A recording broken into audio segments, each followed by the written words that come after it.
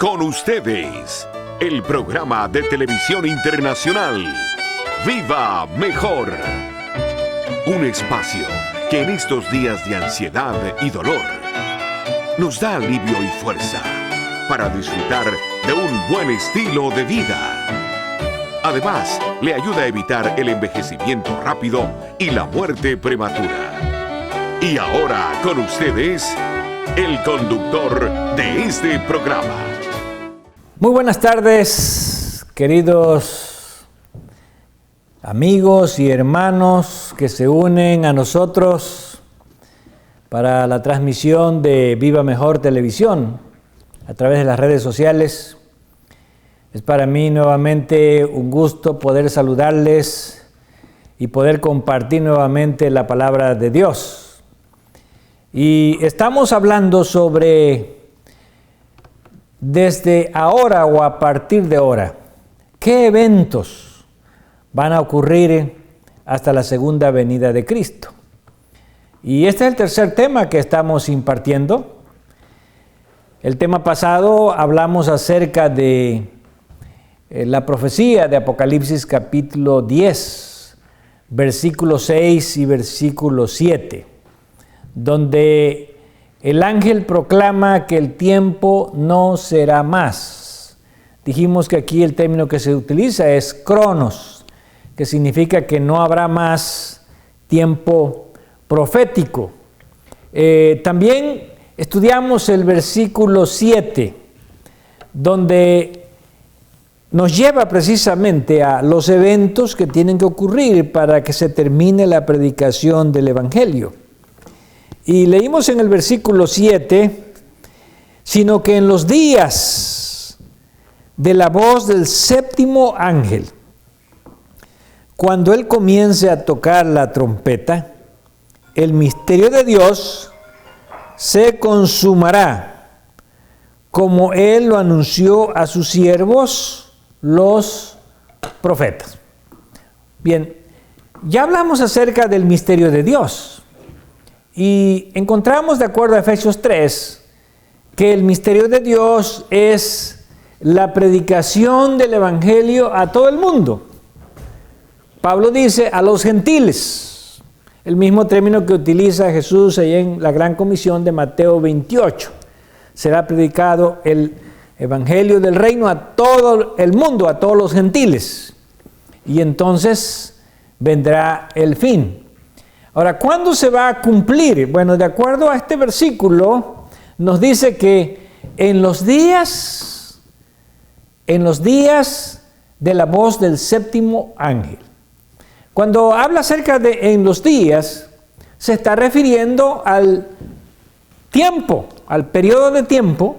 En otras palabras, la predicación del Evangelio se va a completar durante el tiempo en que el séptimo ángel esté tocando la trompeta. Y luego hay otra declaración que dice, cuando él comenzare a tocar la trompeta, el misterio de Dios será consumado. Bueno, esta declaración como que diera a entender que cuando el ángel empieza a tocar o cuando está comenzando, ya entonces ahí al comienzo se termina la predicación del Evangelio. Pero si vemos que el término griego que se utiliza aquí es melo, y este término generalmente se traduce como estar a punto de, en el momento en que está a punto de. Entonces, si tomamos la traducción de melo de esta manera, entonces diríamos que antes inclusive de que el ángel emita el sonido de la trompeta, entonces como que ya ahí se va a terminar de predicar el Evangelio. Pero si tomamos en cuenta, aquí está hablando de dos conceptos. El primero es en los días de la voz del séptimo ángel, lo cual significa que primeramente dice que la predicación del Evangelio, el misterio de Dios, se va a completar o se va a consumar en el periodo, que sería en los días de la voz del séptimo ángel. Ahora, tomando el significado del verbo melo, que significa no solamente estar a punto de, sino también puede significar desde el mismo comienzo. Desde el mismo comienzo. Y este sería el sentido de este verbo en este pasaje. ¿Por qué? Porque primero dice que va a ser en el periodo, en los días del séptimo ángel. Y entonces luego añadiría, desde el mismo comienzo de la voz del séptimo ángel, el misterio de Dios ya empezará a ser consumado, ya se estará consumando. Entonces, esto nos lleva a la conclusión de que lo que este versículo está tratando de decir es que durante todo el periodo en que el séptimo ángel esté tocando, durante todo este periodo, entonces se va a completar la predicación del Evangelio. En otras palabras, durante la séptima trompeta, todo el periodo de la séptima trompeta, entonces es el periodo que se va a completar la predicación del Evangelio. Pero ¿cómo se va a completar la predicación del Evangelio? Bueno, dijimos primero que Jesús pone la predicación del Evangelio en Mateo 24:14 como una condición para que se termine este mundo, para el fin del mundo, lo cual va a ocurrir cuando Cristo venga. En otras palabras, cuando termine la predicación del Evangelio, entonces, después de que haya terminado, va a ocurrir la venida de Jesús. Entonces, Jesús pone en Mateo 24:14 como una condición, pero en Apocalipsis capítulo 14, versículo 6, ahí vemos que allí se da el cumplimiento de Mateo 24:14, y ahí nos dice cómo se va a cumplir Mateo 24:14, y vamos a leerlo nuevamente. Dice Apocalipsis 14:6, vi volar por en medio del cielo a otro ángel que tenía el evangelio eterno para predicarlo a los moradores de la tierra, a toda nación, tribu, lengua y pueblo. Aquí vemos que el mensaje de los tres ángeles se introduce como un ángel que tiene el evangelio eterno, y que al tener el evangelio eterno se va a predicar a toda nación, tribu, lengua y pueblo, lo cual significa que entonces a través del mensaje de los tres ángeles es que se va a completar la predicación del Evangelio. Por eso dijimos que la predicación del Evangelio no solamente es una cuestión evangelística, sino también es una cuestión profética. ¿Por qué razón?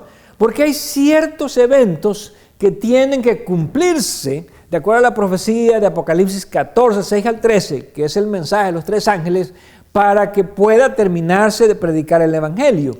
Mientras estos eventos que se mencionan en el mensaje de los tres ángeles no se cumplan, entonces el Evangelio no podrá terminarse de predicar. Por eso, esta es una cuestión profética. Y vamos a ver cuáles son esos eventos que necesitan ser completados para que el Señor pueda venir a este mundo, para que el Evangelio pueda terminarse. Y vamos a ver el primer evento, y es lo que llamamos el mensaje del primer ángel, que está en el versículo 7. Dice, diciendo a gran voz, temed a Dios y dadle gloria, porque la hora de su juicio ha llegado. Y adorad a aquel que hizo el cielo y la tierra, el mar y las fuentes de las aguas. Aquí tenemos el primer evento que podríamos llamar, que aparece en el versículo 7 y es el mensaje del primer ángel. Y el primer evento habla de que ha llegado la hora del juicio. Ya explicamos que no es lo mismo el día del juicio que la hora del juicio.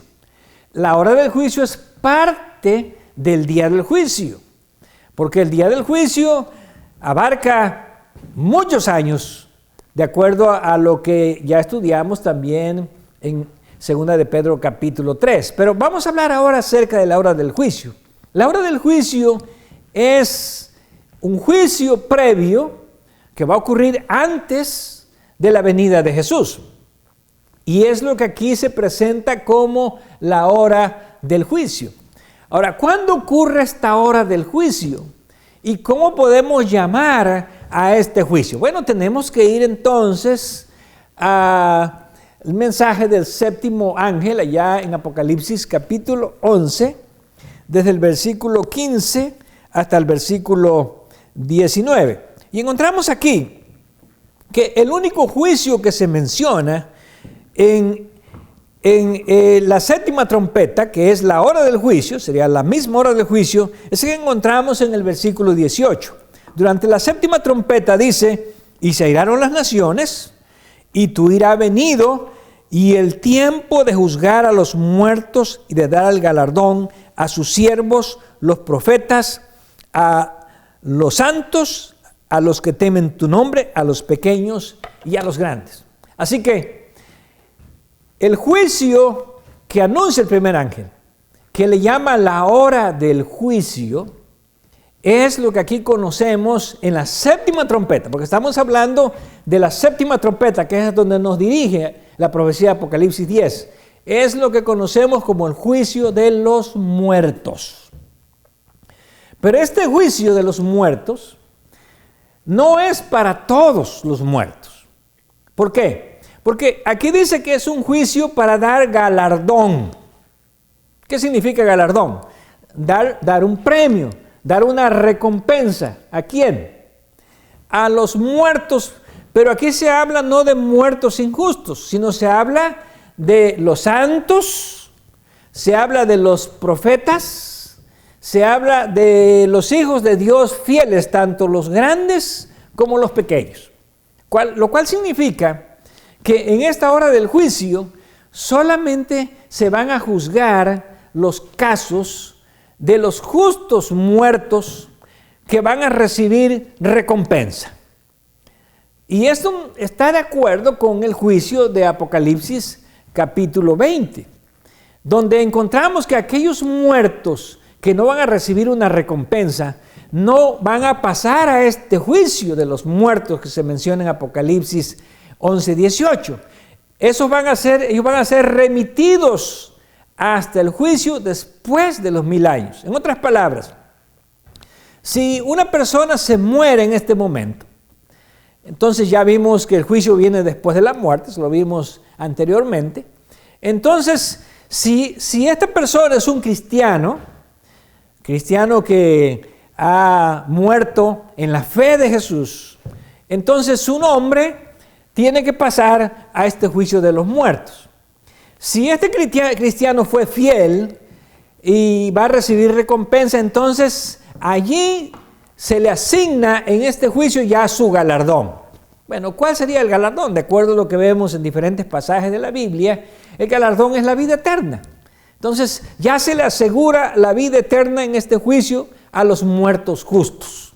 Pero si alguien muere y aunque profesa ser cristiano, pero no es un cristiano fiel, entonces cuando llega su nombre a este juicio y no aparece como fiel, entonces aparece que no va a recibir recompensa y se le manda su caso, su nombre, hasta el juicio después de los 1000 años.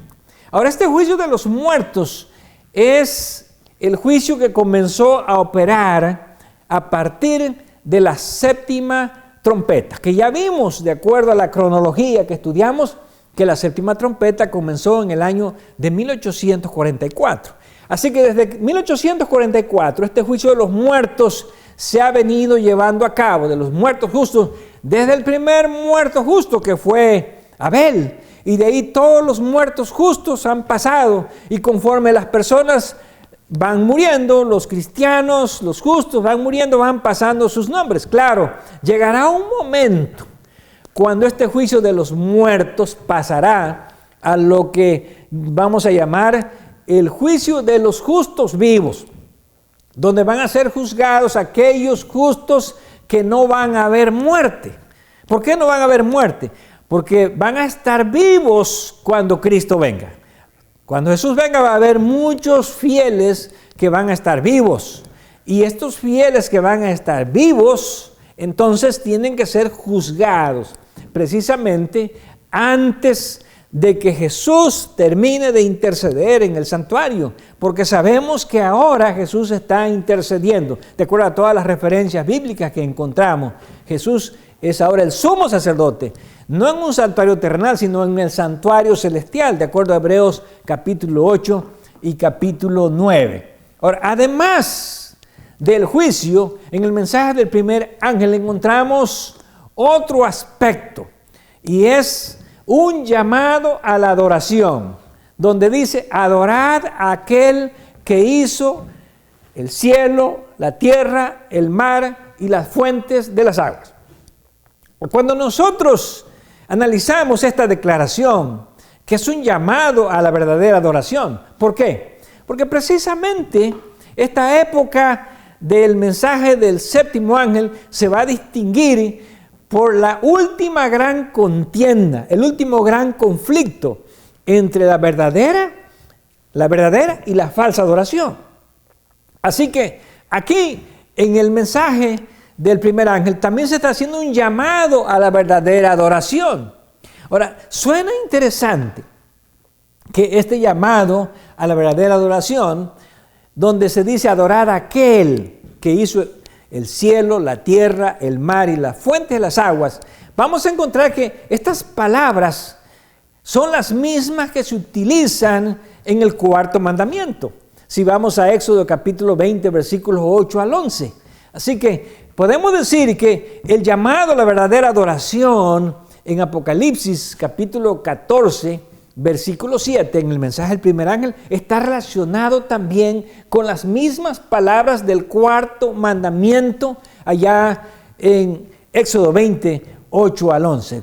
Lo cual significaría que entonces Dios está haciendo un llamado a volver a la verdadera adoración, a volver al día de la verdadera adoración, precisamente en el último tiempo, que es el tiempo de la séptima trompeta, cuando se va a desarrollar el último gran conflicto entre la verdadera y la falsa adoración. Por lo tanto, podemos decir que mientras el juicio no termine, el juicio de los muertos y luego el juicio de los vivos no termine, entonces el evangelio todavía no puede ser terminado de ser predicado en el mundo. Y si no puede ser terminado, entonces el Señor todavía no va a venir, sino hasta que se haya terminado la predicación del evangelio, porque esta, ya vimos, es la condición de Mateo 24, 14. Esos son los primeros dos eventos.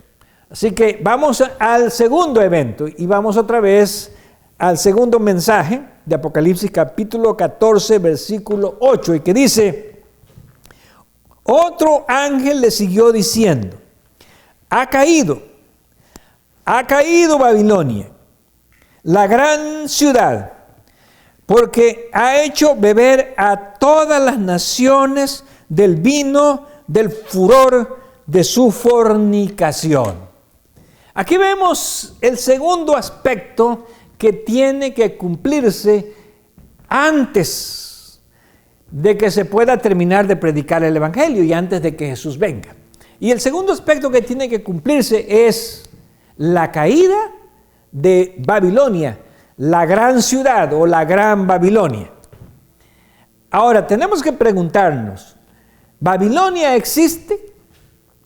Bueno, recordemos que Babilonia, la antigua Babilonia, era aquella que existía allá en el tiempo de Daniel, de donde se toma este aspecto de la gran Babilonia. Siglo VI antes de Cristo. La Babilonia que existió en el tiempo de Daniel, podemos decir que era una Babilonia literal, la Babilonia histórica, la Babilonia del rey Nabucodonosor. Pero esta Babilonia encontramos en la Biblia que cuando deja de existir como una Babilonia literal, como un imperio literal, se convierte en la Babilonia espiritual.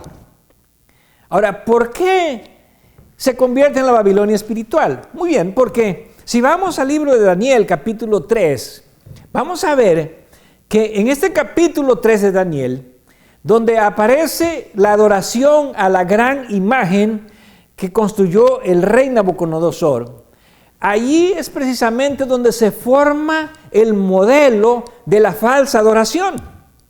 Si leemos Daniel 3, vamos a ver que allí es donde precisamente se forma el modelo de la falsa adoración que en una manera cósmica va a aparecer al final de los tiempos, durante el mensaje del séptimo ángel. Ahora, ¿cómo sabemos que esta Babilonia antigua es el tipo del modelo o el modelo de la falsa oración? Bueno, por dos razones. En primer lugar, recordemos que cuando vamos a los números de esa gran estatua en Daniel capítulo 3, medía 6 por 60. 6 codos por 60 codos. Ahora, cuando vamos al libro de Apocalipsis y vamos al capítulo 13 y encontramos en el versículo 18 el número de la falsa adoración, vamos a encontrar que es 600, luego viene el bloque de 60 y luego viene otro pequeño bloque de 6. Así que en el tiempo de Nabucodonosor era un bloque de 60 y un pequeño bloque de 6. ¿Qué significa esto? Bueno, que los números, si ustedes notan aquí, se van multiplicando por 10. Si el 6 lo multiplicamos por 10, da 60. Y si el 60 lo multiplicamos por 10, da 600. Y esto nos lleva a lo siguiente. ¿Por qué por 10? Bueno, porque encontramos en la Escritura que el número 10 es el número de lo universal. Es el número que representa lo universal. Por ejemplo, cuando Dios dio sus mandamientos, Dios no dio 12 mandamientos. ¿Cuántos dio? 10 mandamientos. ¿Por qué? Porque en estos 10 mandamientos, Dios estaba estableciendo las normas de la ley con un carácter universal. En otras palabras, para todos los pueblos del mundo. Por eso decimos que el mensaje de los 10 mandamientos es un mensaje universal. ¿Por qué? Porque son 10, se representan a través del número 10. Por ejemplo, también cuando en el Nuevo Testamento vamos a Mateo 25, encontramos allí una parábola que representa la condición del cristianismo universal y que es la parábola de las 10 vírgenes. ¿Por qué 10 vírgenes? ¿Por qué no 12? Bueno, porque 10 es un número que representa lo universal en la Escritura. Ahora, el número de Babilonia, sabemos que el número del panteón, el número que se utilizaba con un carácter religioso era el número 6. Entonces, ese número 6, si Nabucodonosor quiso hacerlo universal, entonces lo tuvo que multiplicar por 10. Y de ahí le dio 60. Y por eso a su imagen le puso esas dos medidas. 6, que era el número de Babilonia, del panteón o de la religión, y el número 60, que era multiplicado por un número universal. Ahora, ¿cómo entendemos que esta adoración fue universal? Muy bien, porque si vamos otra vez a Daniel 3, vamos a encontrar que él mandó llamar a todos los gobernantes de su reino. En aquel tiempo, aunque el reino de Babilonia no abarcaba todo el mundo que existe ahora, pero abarcaba, ¿verdad?, lo que en aquel tiempo se conocía en la Biblia como el mundo antiguo. Así que podemos decir entonces que él lo quiso hacer universal para todo su imperio. Por eso lo multiplicó por 10. Y entonces llegó a ser universal en el imperio babilónico, que no abarcaba todo el mundo. Pero cuando vamos al libro de Apocalipsis, vamos a encontrar que en Apocalipsis esta adoración no solamente abarca una parte del mundo, sino que ahora se convierte en una adoración cósmica de todo el mundo, de todo el cosmos. Entonces, para resaltar ese aspecto de una adoración cósmica, en Apocalipsis el número 60, que ya estaba multiplicado en el tiempo de Nabucodonosor, se multiplica otra vez por 10 para hacerlo ahora cósmico o universal, pero ya para todas las naciones del mundo. Y entonces salen ya los 3 números que tenemos en Apocalipsis, que son 600, que sería lo cósmico, 60, que sería lo universal en el tiempo de Nabucodonosor, y 6, que es el número de la religión babilónica. Así que de allí surgen estos números, tomando los conceptos bíblicos de los números. Entonces, esta es la primera característica de la falsa adoración. Y por eso se está hablando de Babilonia en el libro de Apocalipsis. Ya no la Babilonia literal de Nabucodonosor, pero la Babilonia espiritual. ¿Por qué razón? Porque aunque Babilonia dejó de existir como imperio, las características espirituales de esa gran Babilonia se fueron proyectando a todas las naciones y llegó hasta nuestros días y se va a proyectar hasta el fin del mundo. En otras palabras, el hecho de que se mantengan esas mismas características de la falsa adoración en Babilonia, aún en nuestros días y en esta última parte de la historia del mundo, hace que el mundo se convierta en una Babilonia espiritual. E inclusive hace que esta Babilonia tome un nuevo nombre, que es Babilonia la Grande. Y esto lo vamos a ver, lo vamos a explicar en Apocalipsis capítulo 17, donde Babilonia la Grande está representada por una mujer que es madre de las rameras, una mujer ramera que es madre de las rameras y también de las abominaciones de la tierra.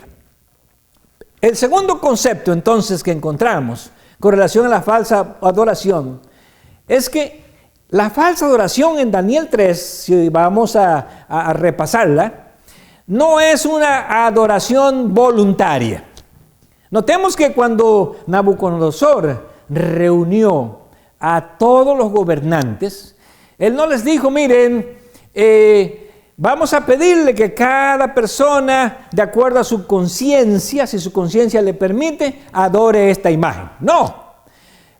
Cuando Nabucodonosor estableció el culto a esa imagen, él dijo, miren, aquí están todos reunidos y hemos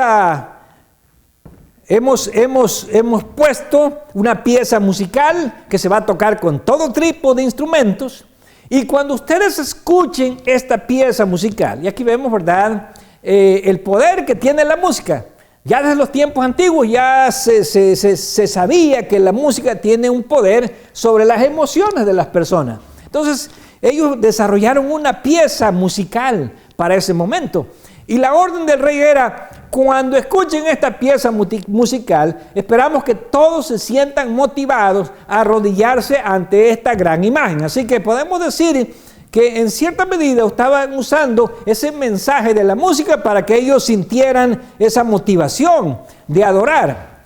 Pero también advirtió, si alguno no se arrodilla, entonces ahí está un horno que ha sido calentado 7 veces más de lo normal y todo aquel que no se arrodillare va a ser echado en ese horno de fuego ardiente.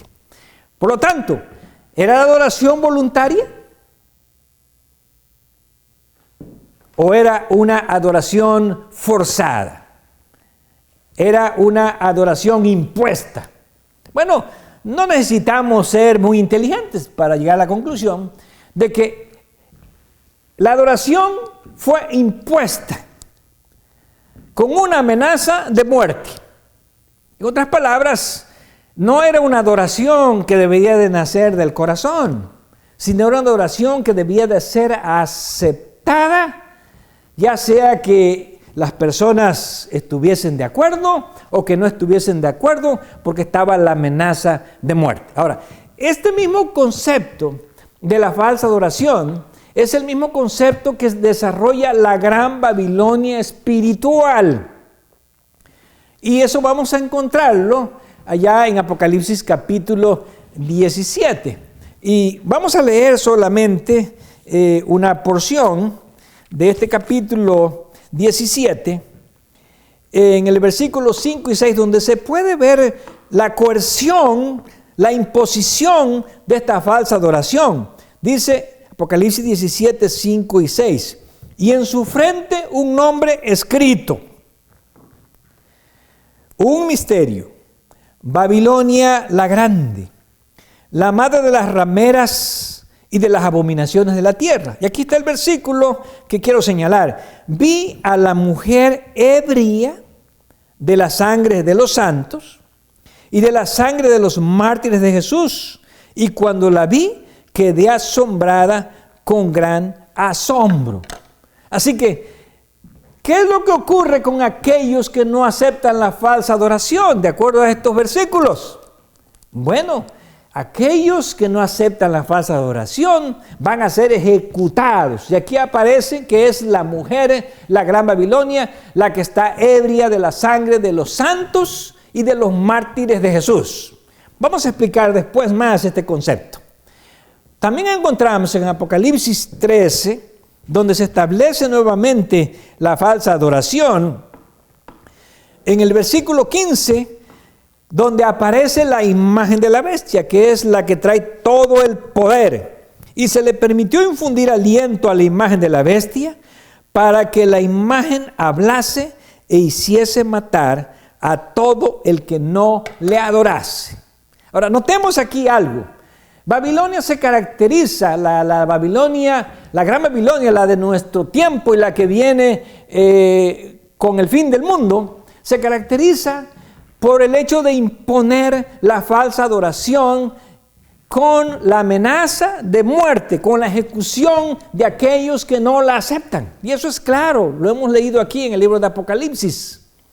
Sin embargo, la pregunta es, ¿ya cayó Babilonia o todavía no ha caído? Bueno, ya vimos que existe, porque es la promotora de la falsa adoración. Pero ¿ya cayó?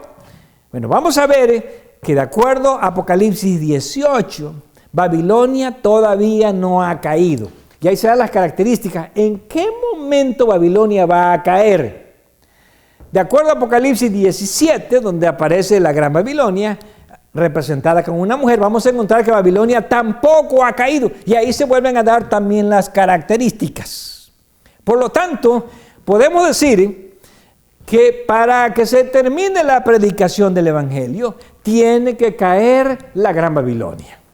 Y hasta donde podemos encontrar en este momento, la gran Babilonia, aunque ya existe, todavía no ha caído. ¿Por qué? Porque todavía no ha dado a beber a todas las naciones del vino del furor de su fornicación, que son las características que aparecen en Apocalipsis 18 y Apocalipsis 17. Y vamos al último aspecto. Y ahora vamos al mensaje más largo. Apocalipsis 14, desde el versículo 9 hasta el versículo 13. ¿Cuál es el mensaje más largo? Bueno, el mensaje más largo es el mensaje del tercer ángel. Porque podemos decir que este mensaje está dividido en tres partes. La primera parte es la que encontramos en el versículo 9 al 11 y que dice: y el tercer ángel le siguió diciendo a gran voz: si alguno adora a la bestia y a su imagen y recibe la marca en su frente o en su mano, él también beberá del vino de la ira de Dios, que ha sido vaciado puro en el cáliz de su ira, y será atormentado con fuego y azufre delante de los santos ángeles y del Cordero. Y el humo de su tormento sube por los siglos de los siglos, y no tienen reposo de día ni de noche los que adoran a la bestia y a su imagen, ni nadie que reciba la marca de su nombre. Esa es la primera parte del mensaje del tercer ángel. Y advierte contra la falsa adoración que consiste en adorar a la bestia o a su imagen. Y también advierte contra recibir la marca de la bestia, que es la marca de la falsa adoración. Entonces nos preguntamos, ¿será que alguien en este momento ya está recibiendo la marca de la bestia? ¿O todavía es un evento escatológico que tiene que acontecer? Ahora, podemos decir entonces que mientras no se imponga la marca de la bestia, mientras no se imponga la adoración a la bestia y a la imagen de la bestia, entonces el Evangelio todavía no puede ser completado. Todavía podemos decir, el Señor tampoco puede venir. ¿Por qué? Porque tienen que completarse estos eventos proféticos, porque todos los eventos fueron dados como señales para conocer el tiempo de la venida de Jesús. Así que aunque no podemos conocer la fecha, y eso ya lo discutimos, conocer el tiempo de la venida de Jesús es algo que Él nos ha dejado a través de estas señales proféticas que estamos estudiando ahora. Así que el segundo aspecto es, mientras no caiga la Gran Babilonia, no se puede terminar de predicar el Evangelio. Y el último, el tercer aspecto, entonces es, mientras no se imponga la falsa adoración, no se imponga la marca de la bestia, la adoración a la bestia, a la imagen, tampoco el Evangelio puede ser terminado. Y vamos con las últimas dos partes del mensaje del tercer ángel. La segunda parte es, aquí está la paciencia de los santos, los que guardan los mandamientos de Dios y la fe de Jesús. ¿Qué significa esta declaración? Aquí está la paciencia de los santos. A veces nosotros creemos que nosotros ya tenemos la paciencia de los santos. Pero vamos a ver, de acuerdo a Apocalipsis, en qué consiste la paciencia de los santos. Y cuál es el momento cuando realmente se va a ver esa paciencia de los santos. Por eso dice aquí. Y al decir aquí, quiere decir que aquí en el mensaje del tercer ángel, ahí se tiene que desarrollar esa paciencia de los santos. Y por último, la promesa del mensaje del tercer ángel dice, oí una voz que desde el cielo me decía, escribe, bienaventurados los que de aquí en adelante, los muertos que de aquí en adelante mueren en el Señor. Sí, dice el Espíritu, descansarán de sus trabajos, porque sus obras con ellos siguen. Muy bien, esta promesa no es para todos los muertos. Esta promesa son los que de aquí significa el mensaje del tercer ángel. Los que de aquí, a partir del mensaje del tercer ángel en adelante, mueren en el Señor. Ellos tienen una bienaventuranza especial, tienen una promesa especial. Porque aunque ellos, noten aquí, hay un contraste, aunque ellos, dice, están descansando de sus trabajos, sus obras con ellos siguen. Así que mientras no se cumplan estas partes del mensaje de los tres ángeles, el Evangelio todavía no puede ser terminado de predicar en el mundo, porque el Evangelio tiene que completarse a través del mensaje de los tres ángeles, como ya vimos. Y mientras el Evangelio no pueda ser terminado en el mundo, el Señor tampoco va a venir. Porque Jesús lo pone como una condición. Primero, la predicación del Evangelio a todas las naciones, y entonces viene el fin, y el fin viene con la venida del Señor. Por lo tanto, podemos concluir diciendo, bueno, aunque nosotros no podemos conocer la fecha, la venida del Señor, ni el mes, ni el año, podemos conocer los tiempos de las señales proféticas que estamos estudiando. Y por eso dice aquí en 1 Tesalonicenses, capítulo 5, pero acerca de los tiempos y de las ocasiones, no tenéis necesidad, hermanos, de que yo os escriba, porque vosotros sabéis que el día del Señor vendrá como ladrón en la noche, que cuando digan paz y seguridad, entonces vendrá sobre ellos destrucción repentina, como los dolores a la mujer encinta, y no escaparán. Mas vosotros, hermanos, no estáis en tinieblas, para que aquel día os sorprenda como ladrón. Aquí está la clave. Estamos en tinieblas con respecto a los acontecimientos y la venida del Señor, como dice aquí, los tiempos y las sazones, que en griego es el cronos y el kairos. Bueno, Pablo dice, nosotros no estamos en tinieblas, por lo tanto a nosotros nos debe de sorprendernos como el ladrón en la noche. A quienes va a sorprender como ladrón en la noche es aquellos que están en tinieblas. Pero dice, nosotros no estamos en tinieblas, para que aquel día nos sorprenda como ladrón. Así que, ¿a quién les va a sorprender como ladrón? A los que están en tinieblas, a los que no estudian los tiempos proféticos, a los que no conocen el tiempo de la venida. Pero nosotros estamos estudiando las profecías y podemos comprender las señales proféticas que nos indican cuándo será el tiempo de la venida de Jesús. Por lo tanto, les deseamos muchas bendiciones. Deseo que el Señor les siga iluminando a ustedes y a mí en el estudio de su palabra y también que podamos prepararnos para encontrarnos con Cristo Jesús en las nubes de los cielos. Que Dios nos siga dirigiendo y nos siga bendiciendo en el estudio de su palabra.